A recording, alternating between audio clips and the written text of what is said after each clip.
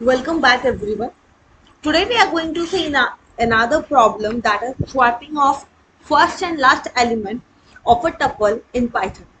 So you would be actually dealing out here with the tuples concept, of course, okay? And you need to do what here? You need to just swap out the tuples first element and last element, okay? So first element will become the last element and last will become the first. And how are we going to do this magic, right? So let's create a tuple A which is going to store out some integers. Let's say 44, 56, 32, 12, 11, and 67. So this is the tuple just for an example. Okay, I'm going to just use the slicing concept here.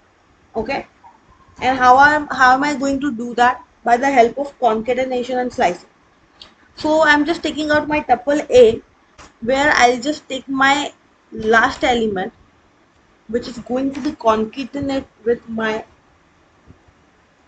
if you would see here, the logic of one slicer minus one. I'll tell you just a second what does this lines mean.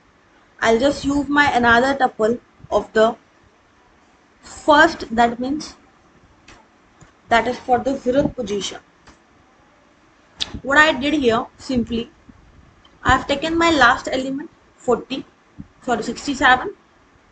This line will give you the middle integers only, except first and last, okay? That will start out from first position and move towards in minus direction. So no first and last elements occurrence would be there with a1 colon minus 1 slicing, and a0 will print out simply the 23.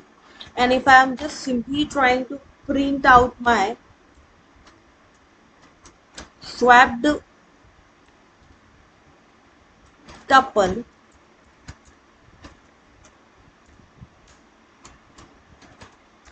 is use the comma and just use the tuple.